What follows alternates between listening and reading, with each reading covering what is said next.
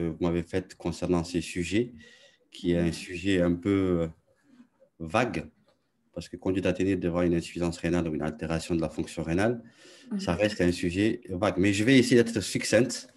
L'objectif, c'est de pouvoir passer un message à mes collègues médecins généralistes, surtout de la conduite à tenir devant une insuffisance rénale, que ce soit à Nouakchott ou à l'intérieur du pays. Donc, je vais d'abord vous faire montrer le plan que je vais adopter. Donc, on va essayer d'abord de faire un petit rappel. Bon, je sais que vous êtes tous connaisseurs de la physiologie rénale, mais je vais essayer quand même de faire un petit rappel sur les fonctions essentielles du rein. Et puis, comment évaluer une fonction rénale à partir de formules pour estimer les débits de filtration glomérulaire. On parlera de l'insuffisance rénale aiguë et de l'insuffisance rénale chronique, la stratégie diagnostique et thérapeutique. Et puis après, on va essayer de conclure par des petits cas cliniques. Alors, tout d'abord, à quoi servent le rein? On sait bien qu'il y a 3 fonctions essentielles. Je ne vais pas aller plus loin. La fonction d'épuration des déchets, tout ce qui est toxine, donc les fonctions excrétrices à travers le glomérule. Et puis après, il y a la régulation du milieu intérieur, de l'homéostasie du milieu intérieur, qui est essentielle aussi pour la régulation du bilan hydroélectrolytique. Il y a une troisième fonction essentielle, c'est bien sûr les fonctions endocrines, à savoir la sécrétion d'érythropoïétine qui participe à la fabrication de globules rouges dans la moelle osseuse. Elle participe également à travers la synthèse du calcitriol, qui est la vitamine D active à la régulation du bilan phosphocalcique. Et aussi, pour information, au niveau des reins, il existe des vasorécepteurs et des osmorécepteurs qui vont participer à la régulation de la volémie et de la pression artérielle par les systèmes rénine, angiotensine, aldostérone. Alors, pour essayer d'être très succinct, comment évaluer une fonction rénale? La fonction rénale est définie par les débits de filtration glomérulaire qui correspond au volume d'urine primitive filtré par les glomérules par unité de temps. Et cette filtration dépend de nombreux paramètres, à savoir d'abord le nombre de néphrons, parce que vous savez que chaque rein, il y a des centaines de milliers de néphrons. C'est l'unité fonctionnelle du rein, comme vous le voyez ici. Le glomérule, les tubes contourné proximal, l'anse des hanlés, le tube distal, le tube collecteur. Cet ensemble appelé néphrons est l'unité fonctionnelle du rein. Elle dépend aussi de la qualité de la membrane glomérulaire, du flux sanguin au niveau du rein, parce qu'il y a quand même 20% du débit cardiaque qui arrive au niveau du rein, de la pression efficace dans les glomérules également. Alors, en pratique, il n'y a pas de mesure vraie de ces DFG. Pour avoir un bon DFG, il faut injecter un produit exogène. C'est beaucoup plus compliqué. Et donc, aujourd'hui, pour estimer un DFG, elle repose sur une substance ou un métabolite qu'on appelle la créatinine plasmatique, que vous connaissez tous, et par ces formules complexes qui est le Cockcroft, les MDRD, les CKD-EPI. Le problème de la créatinine, c'est que c'est un marqueur imparfait. Pourquoi imparfait? Parce qu'elle dépend de plusieurs choses. Elle n'est pas seulement, elle dépend de la masse musculaire et de la sécrétion tubulaire. Et ces éléments participent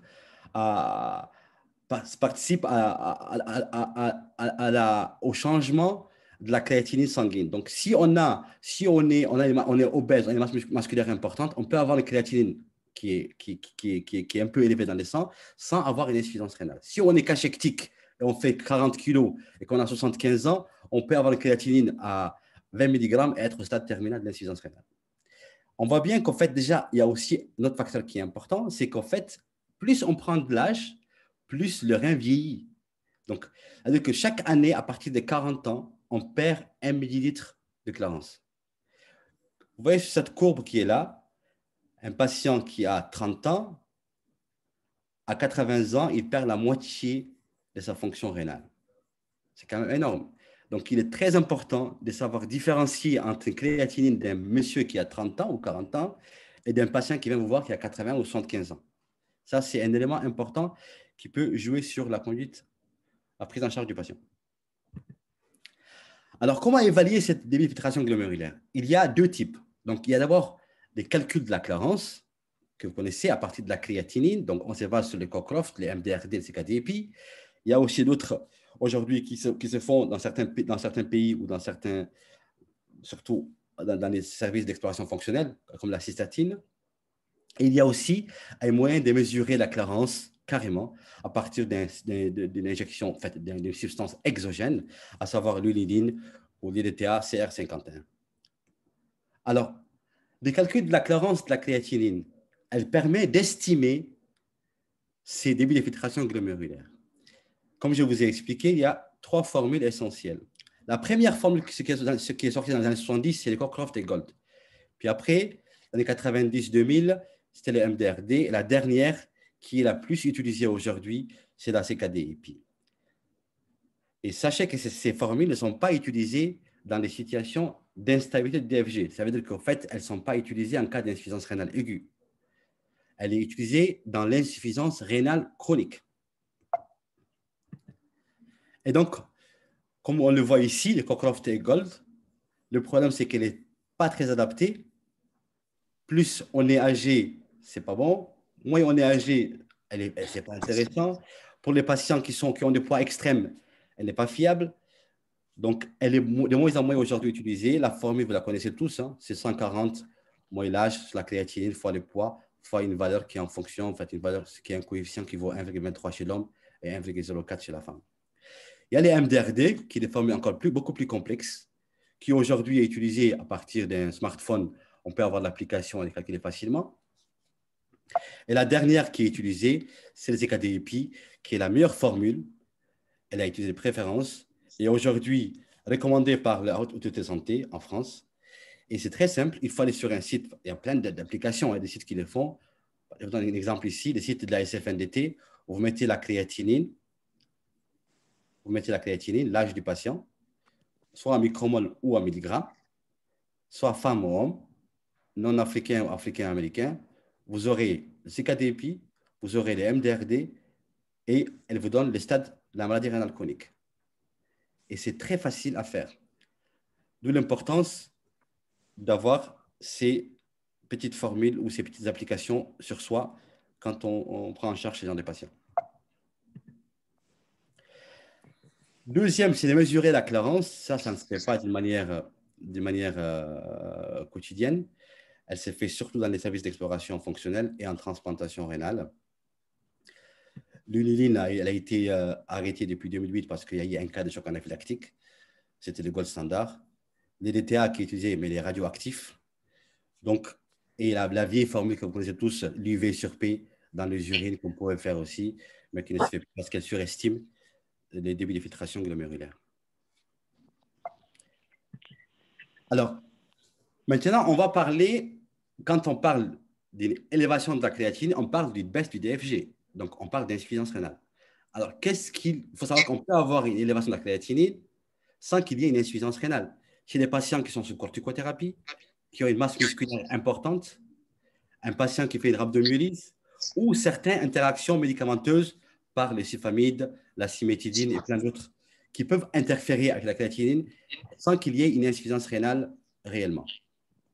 Et donc, la première des choses dans ces genres de situations, c'est de différencier si on a réellement une baisse du DFG ou une augmentation de la créatinine, est-ce qu'on est devant une insuffisance rénale aiguë ou une insuffisance rénale chronique?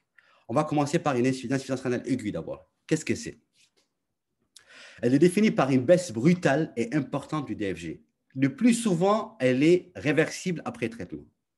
Le problème, c'est que l'insuffisance rénale, elle est reflétée par la créatinine, mais la créatinine augmente tardivement, en général 48 heures après l'ischémie ou l'événement. Donc, aucune valeur de DFG aujourd'hui à la phase aiguë. Il y a plein d'études qui se font aujourd'hui dans le monde. Il y a plein d'éléments aujourd'hui qui ressortent, à savoir rechercher la troponine du rein. La plus connue, c'est la NGAL, aujourd'hui, qui est utilisée, qui permet de diagnostiquer une insuffisance rénale à un stade très tôt, avant même que la créatinine ne monte. Ça, c'est un élément essentiel et c'est l'avenir. Parce que la créatinine va monter 48 heures après l'injection d'iode, exemple. Je vous donne l'exemple ici, un cas intéressant. On voit bien qu'en fait, le temps après l'exposition au produit de contraste iodé, on voit qu'en fait, la créatine va monter 24 heures après. Alors que les NGAL, qui est là, elle va monter dès le début. Donc, on permet savoir que l'ischémie est faite depuis le début et traiter cette situation par une bonne hydratation avant que l'insuffisance rénale s'installe. C'est la même chose en chirurgie cardiaque, par exemple. Quand il y a un bas débit cardiaque, un patient qui poste en post-opératoire ou qui fait un bas débit, c'est la même chose. On peut diagnostiquer l'insuffisance rénale à un stade très tôt, la traiter avant qu'elle n'arrive au stade où la créatine monte. Et donc, la diurèse est le marqueur le plus précoce. On parle d'anurie quand on a une diurèse qui est inférieure à 100 000 par 24 heures. On parle d'oligurie quand elle est inférieure à 400 000 par 24 heures. Parfois, et en général, on peut avoir une insuffisance rénale à diurèse conservée. Ça, c'est très important. Donc, on est devant une insuffisance rénale. Maintenant, comment différencier est-ce qu'on est devant une insuffisance rénale fonctionnelle, obstructive ou organique? Fonctionnel, ça veut dire pré-rénal. Vous l'avez fait à la faculté de médecine tous, dans les études de néphrologie. Elle est liée à une diminution du débit plasmatique rénal, donc une hypovolémie vraie, c'est-à-dire une hémorragie, une déshydratation, ou une hypovolémie efficace en cas d'insuffisance cardiaque ou hépatique ou un sepsis par bas débit. C'est la plus fréquente et en général, c'est une adaptation normale du rein face à une diminution du flux sanguin qui lui arrive. En général, le parenchyme rénal est intact. La baisse du DFG à ce niveau est liée à la conséquence de l'hypoperfusion rénale. L'insuffisance rénale obstructive ou post-rénale, elle, par contre, elle est liée à un obstacle soit bilatéral, donc des ducs urétères, c'est les voies excrétrices, ou unilatéral sur un rein unique. Parce que, sachez quand même, il y a beaucoup de gens qui naissent avec un seul rein, qui ne savent pas, à une agénésie rénale ou un rein unique fonctionnel suite à un problème particulier. L'obstacle peut être incomplet, donc elle n'est pas toujours associée à une anurie. Il y a beaucoup de gens qui pensent qu'on a un geste obstructif, c'est anurie. Ah non, on peut avoir même parfois une polyurie hypotonique chez certains patients due à la résistance à l'ADH. Donc, elle doit être éliminée systématiquement devant toute insuffisance rénale aiguë par une échographie. Recherchez toujours à l'examen clinique un globe vésical. L'insuffisance rénale aiguë organique, qui est dans ce cas parenchymenteuse, donc qui est liée à une atteinte d'une des structures fonctionnelles du rein, soit le glomérule, soit les tubules, soit les vaisseaux, soit l'interstitium. Donc, soit une atteinte glomérulaire, en général, les maladies auto-immunes rares, vous connaissez, certaines insuffisances rénales aiguës rapidement progressives, atteinte tubulaire, une déshydratation, une infection, une toxicité ou une immunoallergie médicamenteuse. Mais sachez qu'une insuffisance rénale aiguë fonctionnelle qui n'est pas traitée peut évoluer vers une atteinte parenchymenteuse ou une atteinte vasculaire due à des emboles de cholestérol ou une sténose des artères rénales ou une thrombose artérielle ou veineuse. Alors, pour résumer, sachez qu'il y a un élément qu'on peut avoir n'importe où, que ce soit à Nouakchott, que ce soit à l'intérieur du pays, c'est la bandelette urinaire. Elle est facile à réaliser, rapide et peu onéreuse. Et elle peut orienter vers la maladie, la cause de l'insuffisance rénale aiguë. On sait bien que si on a une hématurie, une protéinurie, ça guide vers une cause glomérulaire. Il faut rechercher, bien sûr, des signes extra-rénaux. Si on a une leucocyturie seule, ça peut aider aussi en pensant à une nécrose, à une néphropathie interstitielle. Prendre en compte aussi le contexte clinique, à savoir si on a une notion de prise des médicaments ou autre. Donc, ça, c'est un élément essentiel et je vous convie de l'avoir dans votre consultation parce que c'est vraiment essentiel pour faire la différence entre les insuffisances rénales aiguës. Alors, quelle est la stratégie diagnostique? Elle est basée sur 3 éléments. D'abord, l'anamnèse, donc l'interrogatoire, rechercher les éléments qui sont en faveur d'une cause pré- ou post-rénale ou organique. D'abord, rechercher un syndrome obstructif. D'accord? Est-ce que vous avez une dysurie? Est-ce que vous avez une polacurie? Est-ce que vous avez une polyurie? Est-ce que vous êtes anurique? Des signes importants. Est-ce que le patient a une hypertrophie bénigne de la prostate? Est-ce qu'à l'examen clinique, il est déshydraté? Donc, est-ce qu'il y a un contexte de troubles digestifs? Est-ce qu'il est sous diurétique? D'accord? Il y a un élément essentiel qui, malheureusement, chez nous est difficile, c'est d'avoir une créatinine antérieure. Ça permet de savoir d'où on vient. Et puis, avoir se demander au patient est-ce il y a une notion de prise des médicaments néphrotoxiques, à savoir anti-inflammatoires non stéroïdiens ou l'injection d'iode suite à un examen scannographique. L'examen clinique aussi est très important. La pression artérielle qui est très basse permet d'aider le patient à une hypovolémie. L'état d'hydratation du patient, est-ce qu'il y a un globe vésical? Rechercher systématiquement des signes extra-rénaux devant toute atteinte rénale, un purpura, un livido, qui peut évoquer une maladie auto-immune. Donc, l'examen paraclinique passe par, comme je vous ai expliqué, une biologie essentielle, pas très compliquée. Un ionogramme sanguin complet, une calciumie phosphorémie, un FS, un iono-urinaire, si c'est possible, ça permet de différencier entre une insuffisance rénale aiguë qui est fonctionnelle ou organique. Ça veut dire que si on a une naturèse et une cadurèse, la naturèse, ce cadurèse supérieur à 1 évoque en général une cause organique, inférieur à 1 évoque une cause fonctionnelle. C'est des petits trucs très basiques et essentiels pour faire la différence. Elle permet aussi de dépister des troubles métaboliques graves, bien sûr, l'iono complet. Et puis, il y a tout ce qui est protéiné 24 heures. Si on a des difficultés à apprendre à dire au patient de garder ses urines 24 heures, on peut faire un prélèvement sur échantillon, mais on va ajouter une créatinurie urinaire et on fait des rapports protéinurie sur créatinurie et on a à peu près des résultats à peu près correspondant à la protéine de 24 heures. Le sédiment urinaire est essentiel, le CBU, à la recherche d'une leucocyturie ou une hématurie microscopique. L'électrophorèse des protéines plasmatiques est essentielle. Elle permet de voir s'il n'y a pas une hypoalbuminémie et surtout, de voir s'il n'y a pas un diagnostic de gammapathie monoclonale qui est très fréquent chez les patients qui ont des insuffisants rénaux, surtout les sujets âgés. Et puis après, il faut faire l'échographie de rein, de Doppler des artères rénales pour voir la taille de rein, si elle n'est pas dilatée, la différenciation corticomédulaire. Et puis en fonction du contexte, faire un bilan immunologique et bien sûr discuter l'envoi du patient dans un service de néphrologie pour une biopsie rénale afin de diagnostiquer d'une manière spécifique la cause de cette maladie rénale. Et donc, pour vous faire un petit tableau de l'insuffisance rénale aiguë, on a la nécrose tubulaire aiguë qui correspond à 80% des insuffisances rénales aiguës. Ne regardez pas tout ça, ce n'est pas important. Le plus important, c'est que dans la nécrose tubulaire aiguë, il n'y a pas de protéinurie, il n'y a pas d'anomalie du sédiment urinaire, il n'y a pas d'hypertension artérielle, d'accord? Mais en général, il y a un contexte hémodynamique, soit un état de choc, soit toxique, soit une rhabdomyolyse, soit une obstruction intratubulaire. Donc, il faut toujours rechercher chez ces patients un contexte qui peut évoquer la nécrose tubulaire aiguë. Et en général, l'évolution est favorable au bout de 3 semaines. L'insuffisance, par contre, aiguë liée à une atteinte glomérulaire, on a une protéinurie qui est supérieure à 3 grammes par 24 heures. On a parfois une hématurie macroscopique ou microscopique. On peut avoir aussi une hypertension artérielle.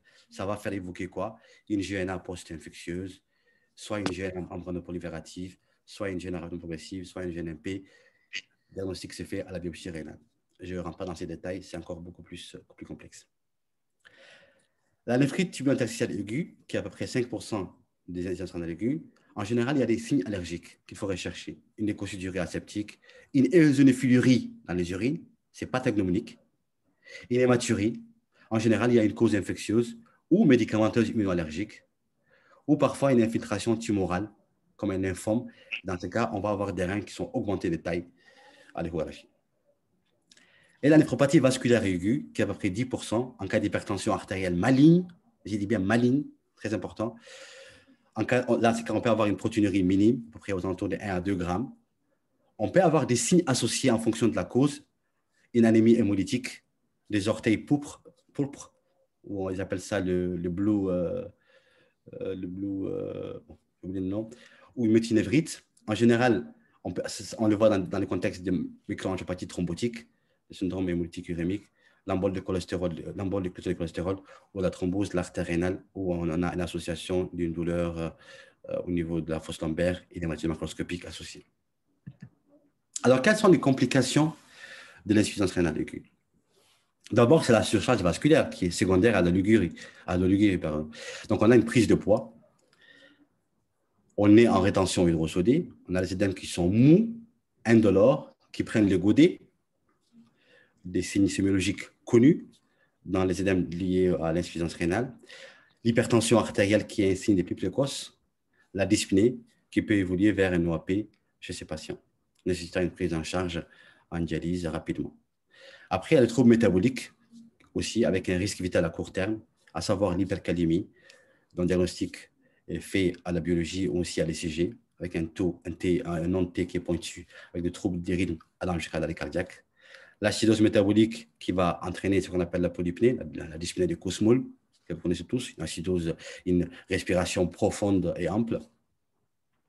Et l'urémie, due à l'accumulation de toxines urémiques, qui va aboutir à ces vomissements, nausées. Parfois, on peut avoir un coma urémique, mais c'est des tableaux qu'on voit de moins en moins aujourd'hui. Alors, la thérapeutique, comme je vous ai dit tout à l'heure, c'est bien sûr en cas d'insuffisance rénale aiguë pré-rénale, il faut rétablir la volumétrie du patient pour améliorer les débits sanguins rénales. Donc, hydratation, arrêt des diurétiques, traitement des troubles digestifs. Et si c'est une hypovolémie relative, traitement par diurétique en cas d'insuffisance cardiaque pour essayer de diminuer un peu la pression sur les reins.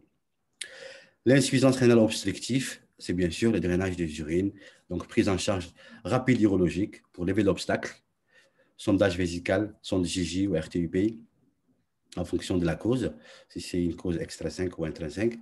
L'insuffisance rénale aiguë organique, par contre, il faut une prise en charge spécialisée, il faut éviction des produits néphrotoxiques, il faut maintenir une volémie correcte.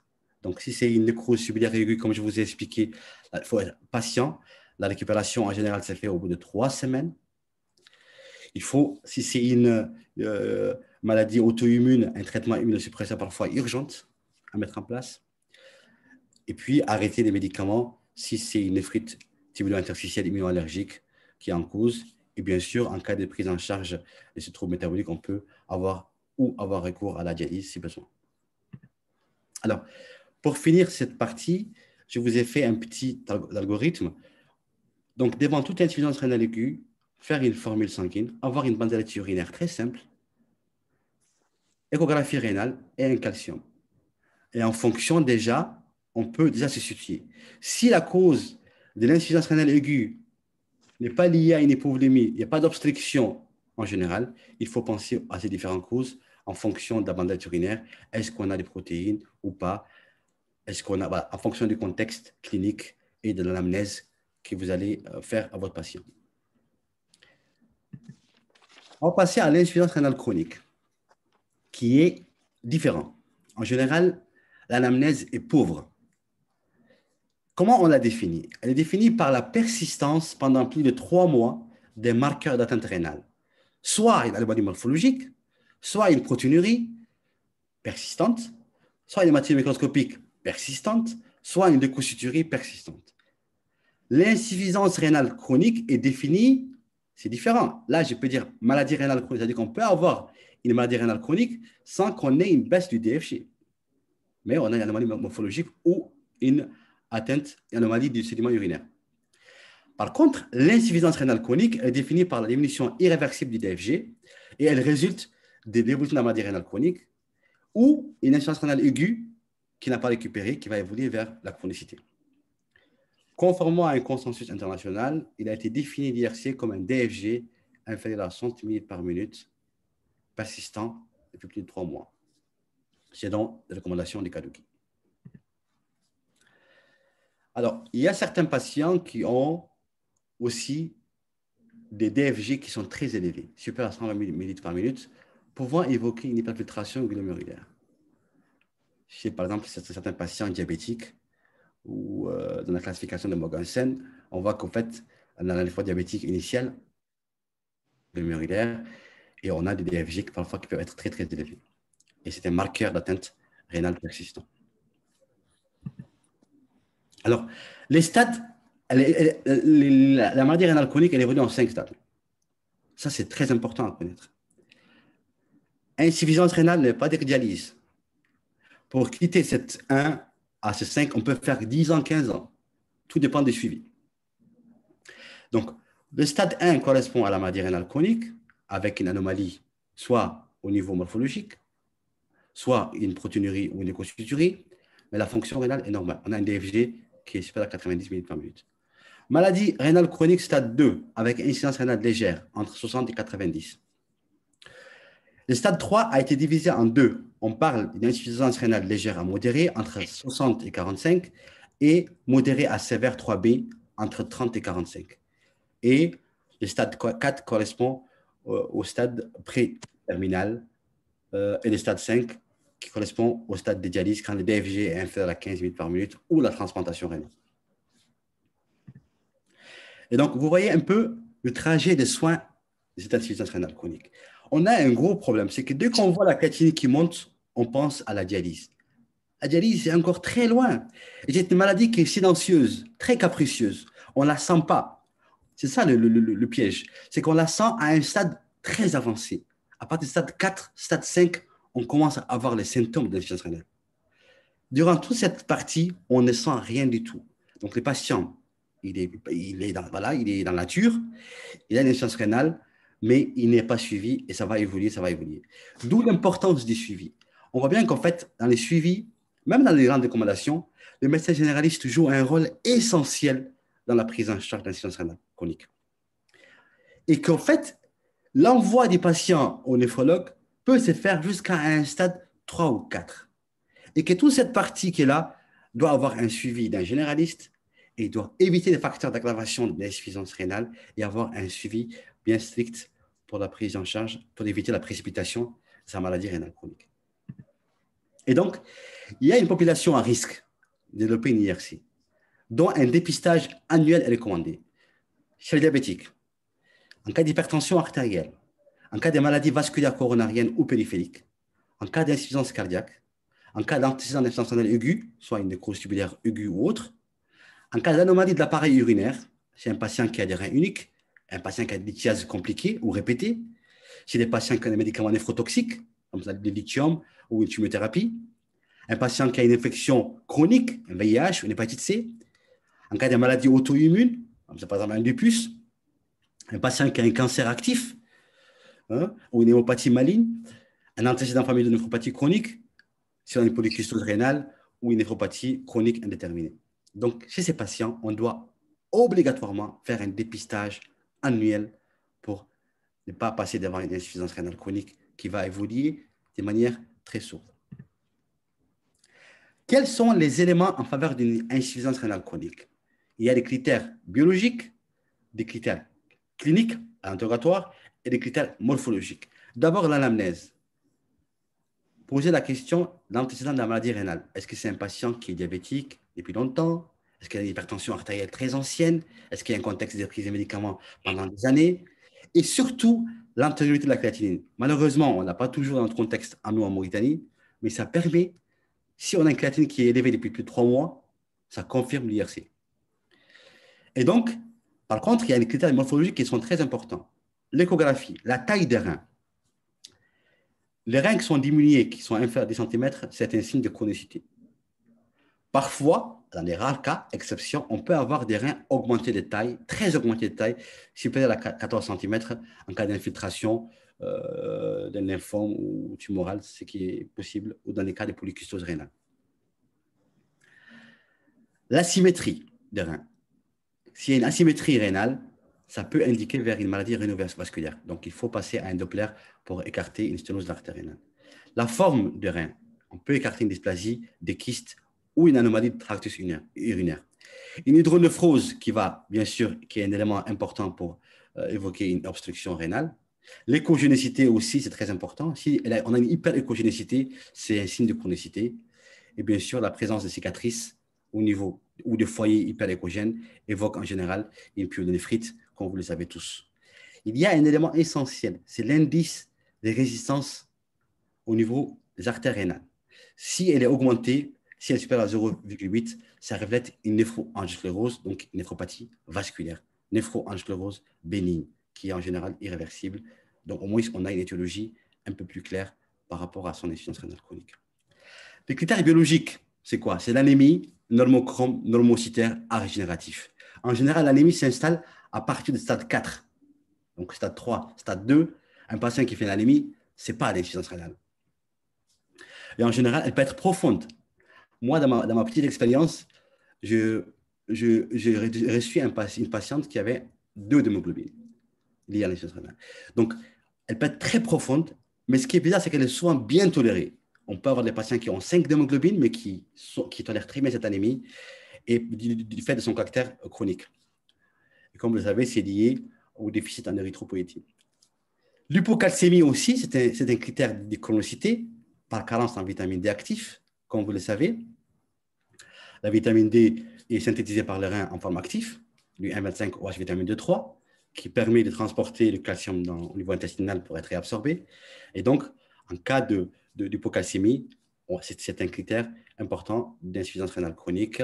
L'élévation de la PTH est également liée à cette hypocalcémie, puisque la PTH régule la calcémie sanguine.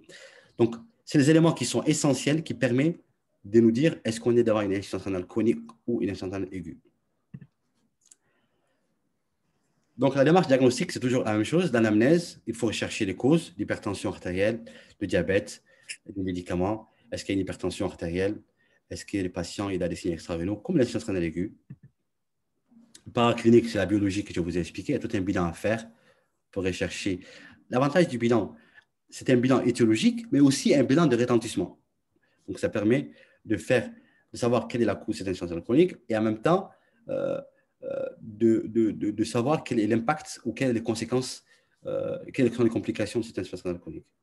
La biopsie rénale, quand on a un rein qui est chronique, comme vous le voyez ici, ici on a les beaux reins, quand il est chronique, la biopsie rénale est contre-indiquée. Il y a des fois où si on n'est pas à un stade modéré, on peut discuter une biopsie rénale. L'objectif, ce n'est pas thérapeutique, c'est surtout diagnostic et pronostic. Surtout chez des patients qui vont être transplantés pour avoir une étiologie de sa maladie rénale avant qu'il soit greffé. Et donc, sur les causes, je ne vais pas revenir là-dessus. Les causes chroniques de néphropathie, c'est surtout les néphropathies vasculaires et hypertensives qui sont la première cause, en tout cas chez nous. En deuxième cause des maladies rénales chroniques, c'est le diabète. Après, il y a tout ce qui est glomérulonéphrite chronique, maladies auto-immunes, puis il y a d'autres. Sachez quand même qu'il y a 10%, même ailleurs, hein, même dans le monde, dans les pays développés, on a quand même presque 15% des patients qui ont une néphropathie d'origine indéterminée. Et j'insiste sur l'échographie, qui est un élément important. On voit bien qu'en fait, quand on a des reins qui sont bocellés, ça signe en général atteinte tubule interstitielle. Et les petits reins asymétriques du côté de la sténose, en général, c'est d'atteinte rénovasculaire. Et donc, quel est le traitement de l'insuffisance rénale chronique? Le traitement, il n'y a pas un traitement miracle. Le traitement, d'abord, c'est la néphroprotection. C'est des mesures d'abord non spécifiques. Ça veut dire quoi? Ça veut dire qu'en fait, il faut éviter la précipitation ou l'aggravation de l'insuffisance rénale chronique vers le stade 5 ou le stade de dialyse. Comment? D'abord, avoir un bon équilibre de la pression artérielle. L'hypertension artérielle dans les maladies rénales, elle est coupable et victime. C'est-à-dire qu'elle peut être cause de l'insuffisance rénale et aussi elle est conséquence, mais elle est aussi un facteur d'aggravation de l'insuffisance rénale chronique.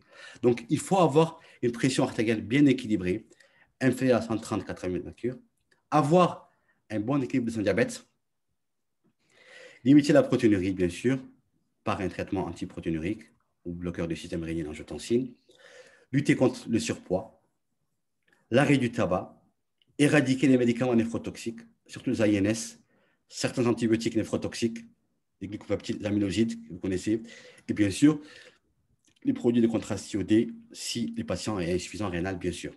Un régime hyposodé, limité en potassium. Sachez que les patients qui sont insuffisants rénal chronique, stade 3, 4, 5, peuvent mourir de quelques dates, parce que date est très riche en potassium. Et je vous assure que je me rappelle d'un cas de dialysé chronique qui est mort après avoir pris 4 dates. Donc, faites attention. Le phosphore, les méchouis, très riches en phosphore. Chaque gramme de protéines contient 13 mg de phosphore. Et le fait de bouffer du phosphore tous les jours, on va finir par avoir des complications cardiovasculaires horribles. L'apport minimum en protéines est nécessaire quand même pour éviter une dénutrition. Donc, c'est 1 gramme kilo au jour. Et bien sûr, à un stade très avancé, il faut un apport hydrique qui doit être limité au niveau de l'insuffisance rénale chronique. Et au stade 5, c'est le traitement de suppléance rénale, à savoir la dialyse ou la transplantation rénale. Alors, quelles sont les complications de l'IRC? Soit c'est une surcharge hydrocédée, on peut avoir une hypertension artérielle réfractaire qui ne répond pas aux médicaments, parce que c'est une hypertension artérielle qui est volume-dépendante. On peut avoir une rétention hydrosodée ou un OAP, des troubles métaboliques comme dans l'IRA, l'hypercalémie, l'acidose métabolique, les troubles phosphocalciques, qu'on n'a pas dans l'IRA. Donc, on a une hypocalcémie, une hyperphosphatémie, une hyperparathyroïdie secondaire, hein, une asthénie importante liée à l'accumulation de déchets toxiques, l'anorexie, la dénutrition, et puis l'anémie par carence en EPO et la carence martiale. Atteinte neurologique, on peut avoir une neuropathie urémique ou parfois un syndrome canal carpien. Rare car on peut avoir parfois des comas urémiques ou même parfois des givres urémiques au niveau de la peau. On ne le voit plus aujourd'hui, mais ça existait en tout cas il y a quelques temps dans les pays qui n'ont pas accès au système de santé. Le traitement des complications, d'abord, c'est traiter l'anémie, bien sûr. Tout patient qui a insuffisance rénale, à partir du stade 4 qui a une anémie, il faut mettre sous érythropoïétine, donc avec un objectif entre 10 et 12, soit par des PO à demi-vie courte ou à demi-vie longue. Il faut traiter un déficit en fer. Les recommandations disent que chez les patients insuffisants rénales, il faut avoir un CST supérieur à 20% et une ferritine qui va être supérieure à 200. Donc, mettre du fer. Le fer, l'idéal, c'est de faire en IV. Le fer par voie orale, c'est très évitable chez les patients insuffisants rénales chroniques. L'ostéodystrophie rénale, qui est une des complications, bien sûr, des DRC. Chez ces patients qui sont hypocalcémiques, il faut lui apporter du calcium et de la vitamine D systématiquement. En cas d'hypercalémie, c'est un régime pauvre en potassium. C'est des hypercalémies qui sont modérées à 5, 6, mais chroniques. Donc, c'est des patients qui mettent un régime pauvre en potassium et parfois du kéaxélate, qui sont des chélateurs de potassium, systématiquement, tous les jours ou tous les 2 jours, pour éviter qu'ils soient en hypercalémie. L'acidose métabolique chronique, comme vous le savez, l'impact osseux, l'impact. Donc, ces patients, il faut mettre soit l'eau de Vichy. Attention à la surcharge parce que l'eau de Vichy est très riche en sel. Chez nous, il n'y a pas de l'eau de Vichy, mais au moins, je pense qu'il y a des gélules de bicarbonate de sodium qu'on peut donner 1 gramme 2 fois par jour. Alors, pensez quand même à une chose importante, à adapter le traitement que vous donnez au patient. Un patient qui a une insuffisance rénale chronique n'est pas comme un patient lambda. Quand vous prescrivez vos médicaments, s'il vous plaît, essayez d'adapter ces traitements ou évitez des médicaments qui sont contre-indiqués. Sachez que tout patient qui a une IRC avec un DFG inférieur à 30 mètres par minute, il y a des molécules qui sont contre-indiquées. Donc, les diabétiques oraux doivent être arrêtés. Tout ce qui est bigonide, sulfamide, les analogues de la GLP1, les inhibiteurs de la BP4 doivent être arrêtés, sauf les glénides, Novonorm peut être utilisé. Ou passer à l'insuline à partir d'un DFG inférieur à 30 minutes. Attention au HBPM, l'Ovenox, chez les patients qui ont un DFG inférieur à 30 minutes par minute. En général, chez les patients qui sont insuffisants rénales à ce stade, on utilise soit l'héparine standard, soit de la calciparine. Les ADO aussi, bon, certains qui commencent à utiliser jusqu'à un stade beaucoup plus avancé, jusqu'à un DFG inférieur à 15, jusqu'à 15 minutes par minute.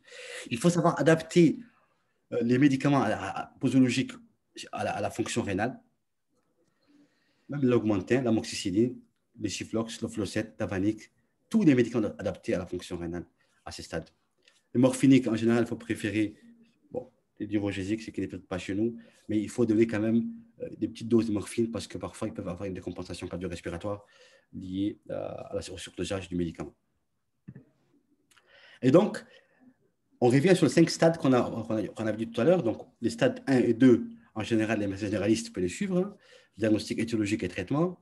Il faut qu'ils essaient de détecter les facteurs de risque et de traiter ces facteurs de risque pour éviter l'aggravation de la fonction rénale, pour éviter l'évolution.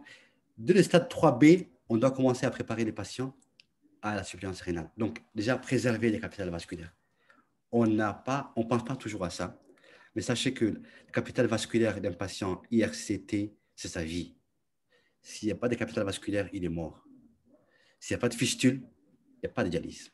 Donc, il faut préserver ce capital vasculaire pour une éventuelle fistule artérieuse. Après, il faut les vacciner contre l'hépatite B, c'est une recommandation. À partir du stade 4, il faut informer les patients et les préparer psychologiquement à un traitement de suppléance. Et bien sûr, si possible, au stade 5, débuter la dialyse en fonction, bien sûr, de la symptomatologie clinique et biologique, et aussi l'inscrire sur une liste de galactose rénale si c'est possible. Dans notre contexte, pour aujourd'hui, ce n'est pas encore possible. Juste pour vous donner, pour finir, il existe un site qu'on appelle le GPR, qui est très simple. C'est un site où on s'inscrit, on met dans les médicaments, et elle vous donne exactement, en fonction de la fonction rénale, à quelle posologie vous pouvez me donner les patients. C'est des trucs très basiques, mais sans te fatiguer, tu as un médicament, tu les mets, et tu as la posologie à adapter en fonction du DFG que tu mets au patient. Calcule ton DFG, tu mets ton DFG et tu mets des médicaments et tu as des résultats. Dans notre contexte, c'est compliqué. Juste pour vous dire, on a fait une étude en 2010 dans notre service de néphrologie à l'hôpital national. Ce qui est malheureux, sur 453 patients insuffisants rénal chroniques qui est rentré dans le service, on avait 80% des patients qui arrivent au stade 5, la maladie rénale. Donc, ça veut dire qu'en fait, aucun suivi avant. Vous imaginez 80% des patients, 85% des patients n'ont jamais eu de suivi pendant les 4 stades avant. C'est-à-dire qu'ils traînent avec une insuffisance depuis très longtemps sans savoir et ils vont arriver aux urgences de l'hôpital à un stade terminal de leur maladie. Jeunes, 35 ans, 40 ans. Et ça, je pense que c'est le manque de dépistage et c'est le manque de suivi de la maladie rénale chronique simple dans le contexte. On n'est pas habitué à ça. Dès qu'on voit une créatinine élevée, on a peur, on envoie chez le néphrologue, on dit ah, non, alors que c'est pas. Une créatinine élevée ne veut pas toujours des dialyses. Elle peut être suivie par un médecin généraliste pendant très longtemps avant qu'il n'arrive au néphrologue. Voilà, c'est juste un petit exemple que j'avais voulu vous élucider. Je vous remercie et je vais finir par 2 petits cas cliniques et puis on peut discuter si vous voulez. Je vais vous présenter un petit cas clinique, un patient R, 62 ans, qui a été admis aux urgences pour une asthénie persistante, instabilité musculaire. C'est un patient qui est diabétique type 2, non suivi, une hypertension artérielle ancienne, mal équilibrée. Il a été hospitalisé il n'y a pas longtemps en neurologie, il y a environ 3 mois pour un AVC ischémique, vertébro-basilaire, on s'en fout, traité précocement par fulminolyse, puis ils ont fait un relais par AVK. Son traitement comporte de l'amarel 3 mg par jour, metformine, glycophage 500 x 3, furosémide 40 mg par jour, ramipril 7,5 par jour. Et l'examen clinique à l'admission retrouve aux urgences une pression artérielle à 18-10, saturation qui est bonne, un poids à 68 kg. Le patient était très asthénique, il était normovolimique, mais on retrouve des lésions cutanées qu'on voit ici sur la peau. Et à la biologie, natrémie à 137, une calémie à 7,8, de réserve alcaline à 13, une protidémie à 81, une calcémie à 2,1, une phosphorémie à 2,05, l'urée à 1,9 g par litre, une créatinine à 71 mg par litre, un petit syndrome inflammatoire, une CRP à 22 mg par litre, l'hémoglobine à 11,2, de plaquettes à 321 000, de blanc à 7820, neutrophile 51%, éosinophile 12%, basophile 1%, lymphocyte 28%, monocyte 8%. Urine naturelle 62 mmol par litre, une calurèse à 21 millimol, une protéinurie à 1,2 g. À l'SCVU hématurie microscopique reste RAS. Quels sont les principes de prise en charge en urgence chez ces patients? Si vous avez compris un peu tout ce qu'on a discuté tout à l'heure. Je pense que je laisse à Mariem la parole. Oui, OK. Pour passer le micro. Oui. Si quelqu'un a une réponse, il faut... Oui, c'est déjà ouvert des micros. Est-ce que... Vous m'entendez, les amis? Allô? Oui? Est-ce que vous pouvez participer? Ça serait bien que quelqu'un participe un peu, si possible. Si Mariam, on vous entend. Celui qui veut parler, il n'a qu'à lever la main. Oui. Puis vous levez la parole. Maintenant, s'il y a personne qui veut participer. Il n'y a personne. Oui. La personne? Il n'y a personne. Bon, alors, donc, le principe de prise en charge en urgence, c'est d'abord traiter l'hypercalémie, bien sûr, c'est l'urgence. Donc, essayer d'alcaliniser par du bicarbonate de sodium, 42 pour 1000, 14 pour 1000 sur 30 minutes. L'insulinothérapie, donc, c'est un traitement de l'hypercalémie aussi. 15 unités de rapide dans 500 cc de GS10 sur 30 minutes. Je précise, sur 30 minutes. Faire un ECG et donner du gluconate de calcium, 2 ampoules de gluconate de calcium. Transférer les patients en unité de soins intensifs ou en néphrologie pour dialyse en urgence. Parce qu'une hypercalémie à 7-8, ça reste quand même une urgence métabolique. La prise en charge secondaire, après avoir géré l'hypercalémie, je vais chercher quelle est la cause de cette insuffisance rénale. Donc, je vais envoyer mon patient directement à l'échographie pour rechercher un obstacle. Je vais arrêter les médicaments qui sont néphrotoxiques. Donc, je vais arrêter les ADO. Je vais arrêter les ISC. Et attention, c'est un patient quand même où, en fait, vous vous rappelez, on avait une acidose métabolique sévère à 13 millimol de réserve alcaline. Chez un patient qui est sous metformine, il ne faut pas écarter Une acidose lactique. Quel est le diagnostic le plus probable dans ces contextes? C'est un syndrome d'embol de cholestérol. Pourquoi? Parce qu'il y a un terrain, athérome, un patient qui est traité par AVK. On voit bien les lésions cutanées qu'on a sur la peau, les livédos, l'hypertension artérielle et l'hyperéosinophilie dans le sang. Tout ceci est une insuffisance rénale aiguë d'origine vasculaire due à un syndrome d'embol de cholestérol. Donc, hospitalisation en néphrologie, confirmation diagnostique, soit par si le patient il a un Bluetooth syndrome au niveau des orteils, ce n'est pas la peine de faire une biopsie, sinon biopsie rénale, biopsie de la peau. Traiter bien sûr l'hypertension artérielle. En général, l'hypertension artérielle qui est liée, associée à l'embol de cholestérol, c'est les ISC qui sont indiqués. Traiter les complications s'il y en a, s'il y a un patient qui évolue vers une chronicité. Et bien sûr, traiter les facteurs de risque cardiovasculaire, donc statine forte dose, antiagrément plaquettaire, dépister des lésions de nécrose distale plus les soins de co, contre-indiquer l'anticoagulation curative chez ces patients, parce que ça risque d'aggraver la situation, parce que c'est des gens en général qui ont un terrain athéromateux important, qui ont parfois des plaques d'athérome au niveau aortique qui va se dissoudre et aller au niveau du rein et boucher les vaisseaux sanguins et les vaisseaux rénaux. Discuter une corticothérapie orale. On peut avoir un support nutritionnel associé. Malgré une prise en charge optimale, la fonction rénale reste altérée. Vous envisagez un début de dialyse. Faites attention aussi. Pourquoi j'ai mis ça? Parce qu'en fait, à l'intérieur, on peut avoir une insuffisance rénale comme ça. Et on met les patients en dialyse. Et après, on va utiliser ce qu'on appelle l'héparine en dialyse. Et c'est contre-indiqué chez ces patients. On va aggraver la situation. Donc, attention, chez ces patients, il est contre-indiqué de faire une dialyse avec héparine. Ça peut aggraver des lésions distales par mobilisation de plaques de cholestérol. Donc, c'est une dialyse sans anticoagulation. C'est des petites choses qui sont peut-être anodines, mais qui restent importantes pour nous parce que ce n'est pas tous les patients insuffisants rénal avancés, trop métaboliques, dialyse. Non, il faut différencier et individualiser les prescriptions de dialyse. Le deuxième cas clinique que je vous donne, c'est un patient de 65 ans qui vient nous voir en consultation pour une asthénie. Et à l'examen, il avait un poids à 60 kg, une tension qui était un peu élevée à 18-10. L'auscultation cardio-pulmonaire a trouvé une tachycardie à 110 et quelques crépitants au niveau des deux bases. Il y avait quelques édèmes au niveau de membre inférieur qui prennent le godet. Et à la biologie qui me ramène, il avait une créatinine à 111 mg de créatinine, une hyponatrémie à 125, une hypercalémie à 6,1, une hypocalcémie à 2,01, une hyperphosphorémie à 2,2 mmol, une acidose métabolique à 16 mmol, une anémie à 8,2. Et dans les urines, on a une naturelle à 85, une calurelle à 65 et une protéinurie à 1,23 g. La question que j'allais poser, en fait, c'est quels sont les arguments ici en faveur d'une insuffisance rénale chronique? Quel autre élément? Est-ce que quelqu'un peut répondre? Quelqu'un est intéressé pour répondre? Allô? Allô? Vous êtes là? Oui, Bon, alors, je continue. Alors. oui, docteur Abdelapé. Les arguments en faveur d'une insuffisance rénale chronique, donc c'est l'anémie, c'est l'hypocalcémie, c'est l'hyperphosphorémie. Et bien sûr, on a calculé le DFG selon Cockcroft, il est à 8,5 minutes par minute. Donc, c'est un patient qui a en fait une insuffisance rénale chronique à un stade 5. Et chez ces patients, il faut les préparer à la dialyse, comme je vous ai expliqué. Donc, voilà, je ne rentre pas dans les détails.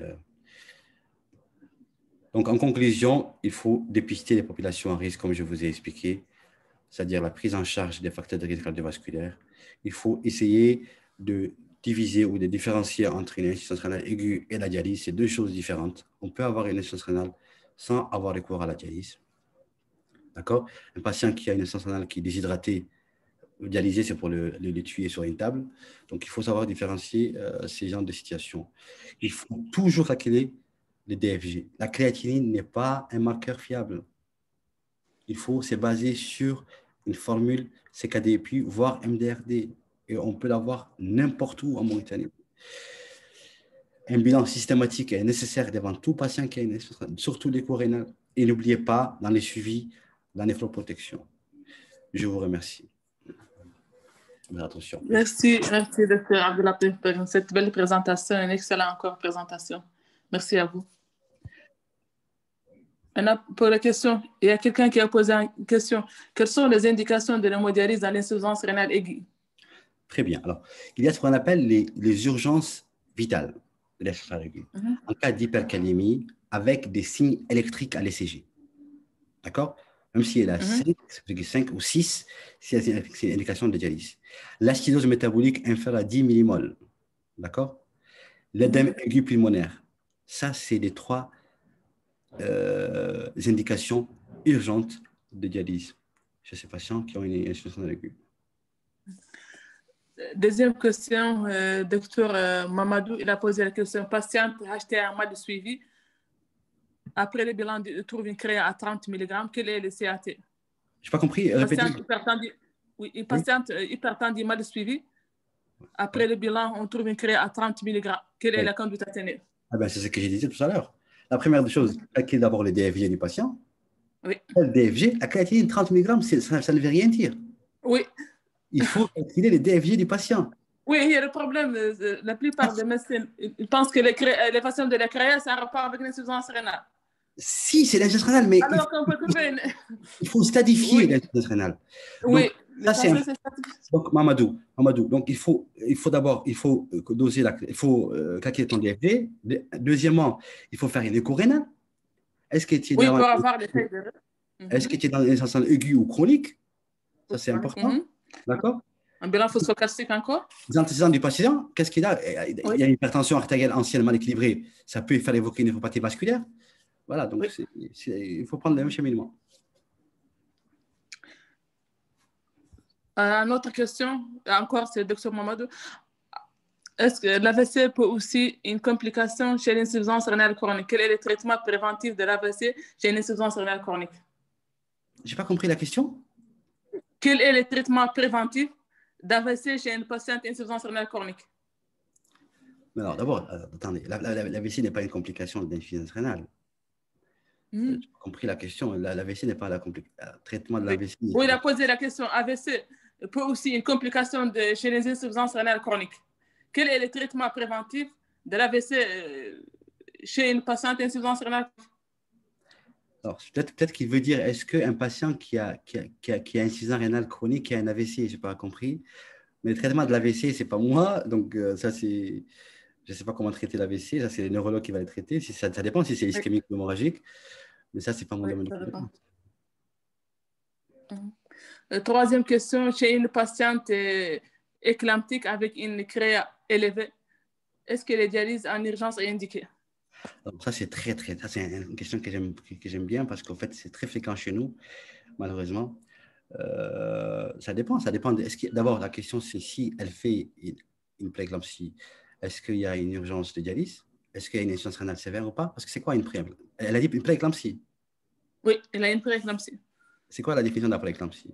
La prééclampsie, on n'est pas obligatoirement avoir une insuffisance rénale, on peut avoir une protéinurie, des édèmes. Chez une patiente qui a ça à la fin de sa grossesse, on parle de prééclampsie.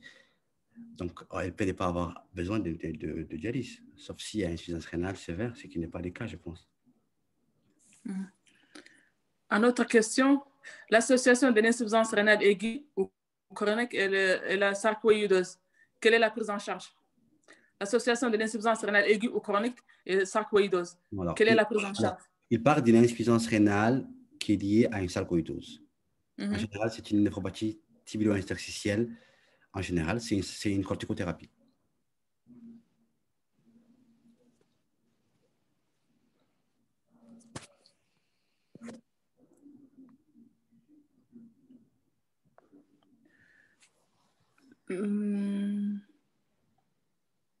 Après, il faut chercher aussi, quand on a une maladie comme ça, une maladie de sarcoïdose, il faut chercher les autres éléments qui vont avec. Donc,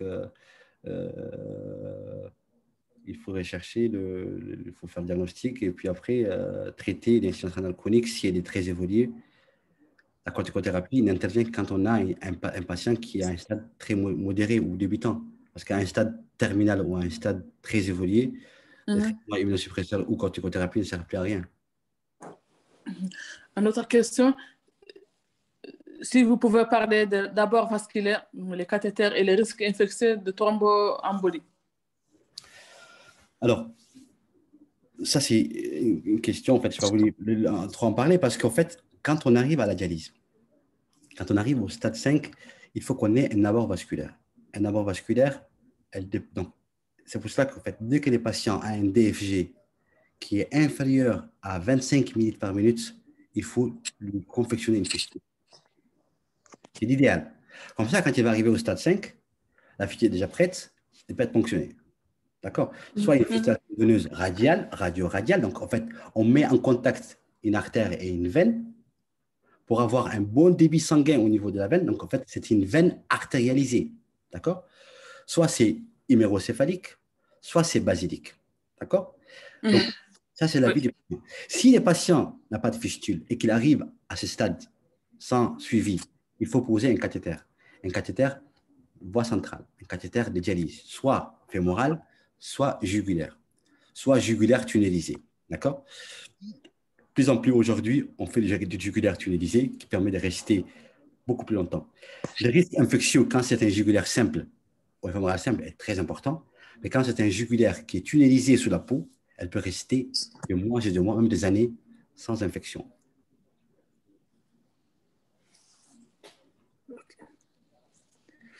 OK. Je crois que Dr Mamadou a une question à poser. Oui, Dr Mamadou? Allô? Oui. Bonsoir à toutes et à tous. Bonjour. Merci Bonjour. de m'avoir donné la parole. Et je remercie le docteur pour la présentation, malgré que j'ai pris le train en vol. Maintenant, par rapport à la question que j'ai posée sur l'insuffisance rénale chronique, sur les patients qui ont une insuffisance rénale chronique. Maintenant, moi, j'ai vu un cas, une patiente qui a une insuffisance rénale chronique qui fait ses séances de dialyse. Elle a fait un AVC devant moi-même et je l'ai conduit à l'hôpital. Maintenant, elle a été évacuée en Oxford pour un éventuel traitement. Ça, c'est une patiente que j'ai vue même de mes propres yeux. Ça, c'est pas... C'est en dialyse. Oui. Maintenant, la question que je voudrais poser, est-ce que c'est une patiente... Comment est-ce qu'on peut prévenir les insuffisances rénales chroniques chez ces patients? Donc, moi, j'ai vu l'expérience même de voir une patiente. Elle fait ses séances je vais répondre à votre question. Vous avez vu un patient dialysé qui a fait un AVC, c'est ça. Alors, l'AVC n'est pas lié à l'insuffisance rénale, c'est lié à l'hypertension artérielle mal équilibrée. Juste que je vous explique. Quand on est en dialyse, la dialyse, c'est un rein artificiel. L'objectif, c'est quoi? C'est de faire les fonctions du rein. Donc, c'est de réguler l'eau et ses minéraux, et d'épurer les déchets, n'est-ce pas? Et donc, quand on est mal dialysé, donc on régule mal cette volumémie. On a une prise de poids entre deux dialyses. Chaque fois que vous venez en dialyse, on vous enlève une perte de poids. Donc, il y a un poids sec. Si cette prise de poids n'est pas enlevée comme il faut, qu'est-ce qui va se passer? Il y aura une hypertension artérielle vododépendante qui va s'installer. Parfois catastrophique. Et l'hypertension artérielle, qui n'est pas équilibrée, c'est quoi la cible? Docteur, excusez, mais c'est cette patiente dont je vous parle. La patiente, elle suit régulièrement ses séances de dialyse. Mais elle suit ses séances de dialyse. Je n'ai pas dit qu'il est... Moi, peut-être ce que vous venez de dire, peut-être c'est un peu son hypertension, son asthma, elle est mal écrivée, des trucs comme ça. Peut-être ça, c'est possible. Bon. Non, mais c'est sûr. Moi, j'aimerais savoir s'il y a... Il n'y a pas de liaison. Il n'y a pas de liaison directe entre l'insuffisance rénale. Je pense que,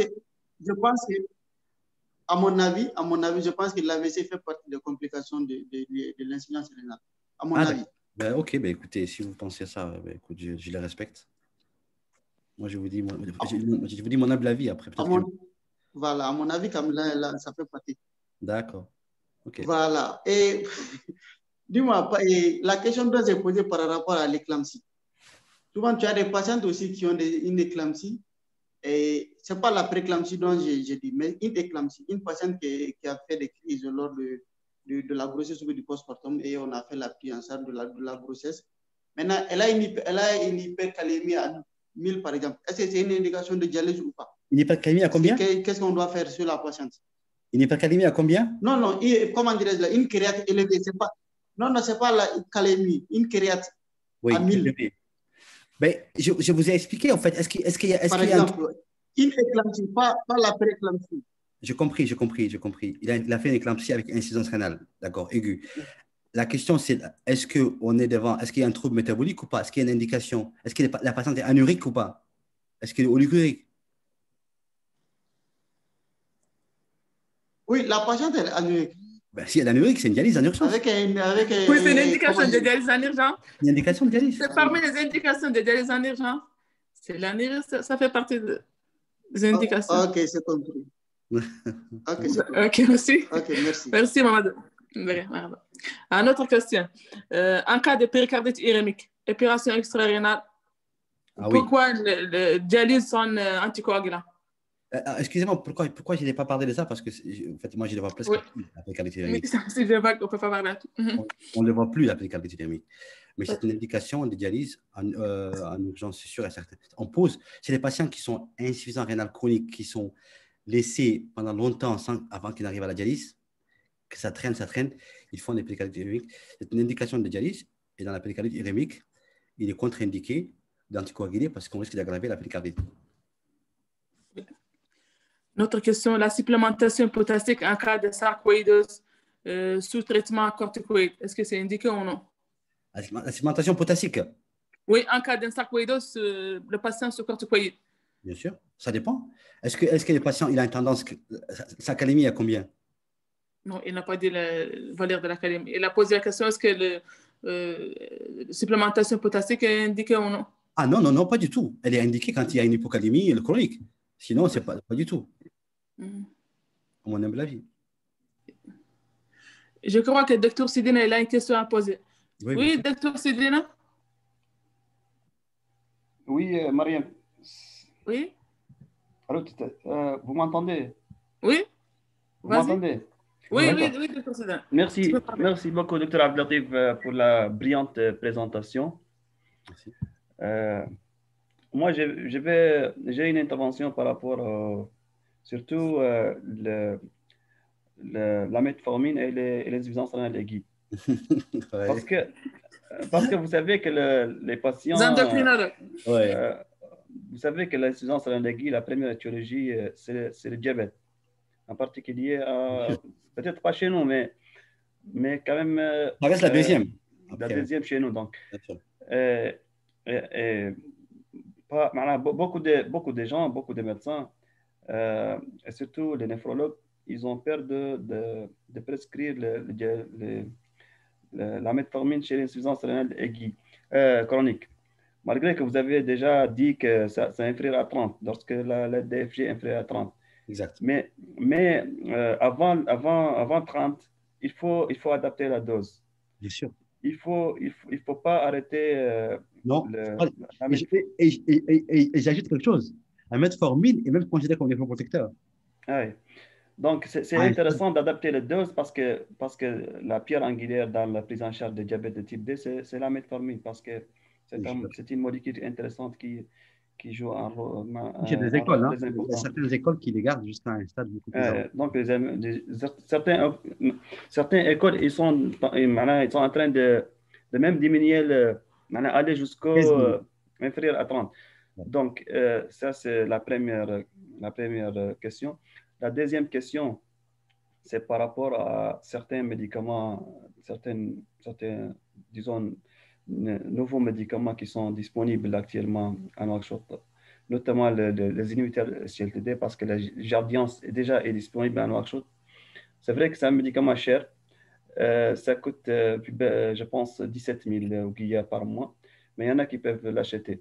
Donc, comme vous savez, les inhibiteurs SGLT2 ont prouvé leur place, leur indication, en particulier dans l'insuffisance rénale chronique. Donc, déjà, c'est des médicaments qui sont néphroprotecteurs par le biais de... Et qui ont un impact réel sur la progression de l'insuffisance. Donc, ça ralentit la fonction rénale. Donc, vous savez qu'il y a certains qui peuvent acheter parce qu'en Mauritanie, c'est vrai que le système de santé, peut-être, c'est un peu défaillant par rapport déjà, mais il y en a qui achètent. Oui, mais déjà c'est des patients diabétiques. On n'a qu'à diagnostiquer l'insuffisance rénale à un stade très tôt d'abord. Ça, c'est déjà un point important. Si on arrive à faire des dépistages systématiques pour tous ces patients qui sont à risque, déjà, on peut avoir ces genres de profils des patients et les traiter. Le problème, c'est qu'en fait, dans la majorité des cas, on ne diagnostique ces maladies rénales qu'à un stade très avancé. Qu'au stade, oui, Donc, on s'intéresse plutôt aux patients qui sont déjà au stade 5, terminal, au stade d'hémodialyse, et on néglige les autres. Exactement. Donc, la deuxième question, la plus importante, c'est de savoir que le diabétique en particulier qui arrive à une insuffisance rénale chronique, c'est un patient à très haut risque cardiovasculaire. Donc, déjà, c'est classé à très haut risque cardiovasculaire. Donc, du coup, il faut évaluer et scorer le malade. Première cause de mortalité chez les patients insuffisants rénales, le cœur. Le cœur, voilà. Donc, il faut penser à faire des bilans lipidiques, il faut penser à être aux objectifs parce que les objectifs changent en fonction de... Donc, je ne veux pas être plus long parce qu'on a dépassé le temps. Si vous avez des commentaires à propos... Je vais juste dire une petite chose par rapport à ce que tu viens de dire, c'est qu'une proteinurie minime, soit-il, chez un patient diabétique, est un facteur de risque cardiovasculaire fois 13. Ça veut dire qu'un patient qui a une proteinurie, une albuminurie minime, qui est diabétique, il faut aller chercher le cœur tout de suite. Parce que c'est un patient qui va te faire une complication ischémique très rapidement. D'accord. Merci beaucoup. Ok, merci Dr. Sidi. Oui. Je crois que Dr. Ahmed Sidi, elle a une question à poser. Oui, Dr. Ahmed. Oui. السلام عليكم. وعليكم السلام. سامعيني؟ والله سامعينك، تفضل. بدون الوقت عاد وافي، أنا كان عندي مداخلة بسيطة وسؤال كنت مدارك تعلق عليه. أولا شكرا على المحاضرة المفيدة اللي فعلا كانت قيمة وشاملة. فعلا فهي قضية دائما تشكل على الأطباء، يسوى قاعدة كارديولوج والله نيفرولوج والله دي جنراليست، إلين يجيهم لي باسيان اللي تريدسبنيك أورتوبنيك يعودوا ما يعرفوا كانوا عن تاولو ديسانفيسانس رينال جي والله كان فم سنسانس كاردياك جي ولين خرصوا لا فونكسيون رينال أراه هو لي فونكسيون رينال كريا إليفي ويبقى هون يكانهم دياليز هالي باسيان والله يمشي يطلب وكان باسيان يعدلوا دياليز على نوع سنسانس رينال جي. نختارك سؤالي فقط نعرف عنه سؤال متشعب ويعترى الحالة السريرية اللي عند المريض. يغير السؤال تحديدا هون واللي دائما نشوف الناس يختلط عليها عنها لين يعود عنده مريض عنده انسومزانس كاردياكي ويشوفوا ديكلارتيراسيون دو فونكسيون رينال يقولوا هذا بري رينال ويعدلوا خلط عجيب يعني عيت نشوف للأسف موريتان يعود عاطينه لازيريكس وامامته عاطينه لسوليتي. اكزاكتومون. يعني تبقى تعلق على القضيه وتوضح نقطه فيها بشكل مختصر. انا je pense نحاول بقى. انا je pense que quelqu'un qui arrive chez vous qui arrive avec une dyspnée ou qui a une rétention hydrosodée exemple qui tient une créatinine qui est élevée. اول شيء بعد كده qu'il faut faire عندك deux choses à faire que tu peux faire. D'abord, la bandelette urinaire. Allez, واحدة. Est-ce que cette rétention hydrosodée, elle est d'origine rénale ou pas? Si tu n'as pas de protéines dans les urines, tu écartes. Tu vas chercher le cœur. Si tu as 3 croix de protéines dans les urines, ça veut dire qu'en fait, tu as une rétention hydrosodée en rapport avec une insuffisance rénale, avec le rein. Deuxième chose, tu fais une créatinine. Tu as une créatinine, calcule ton DFG. Si tu as un DFG qui est très très bas, qui est à 10 ou 5 ou 7 ou 8, c'est une indication urgente de prise en charge. Ça fait penser à une insuffisance alcoolique terminale, ce qui est très fréquent en Mauritanie. Si c'est un patient qui a un DFG à 45 ou 50 et qui est dyspnéique, pour moi, ce n'est pas le rein. Donc pour moi, il faut chercher une cause cardiaque. Donc c'est des petites choses qui sont faisables partout. La bandelette urinaire, la créatinine, c'est deux choses qui peuvent aider. Pardon, la bandelette urinaire et les calculs du DFG, c'est deux éléments qui peuvent aider à prendre une décision dans ce contexte. Je pense. طيب شكرا. أعتقد أنه الموضوع وقت كده جوابي.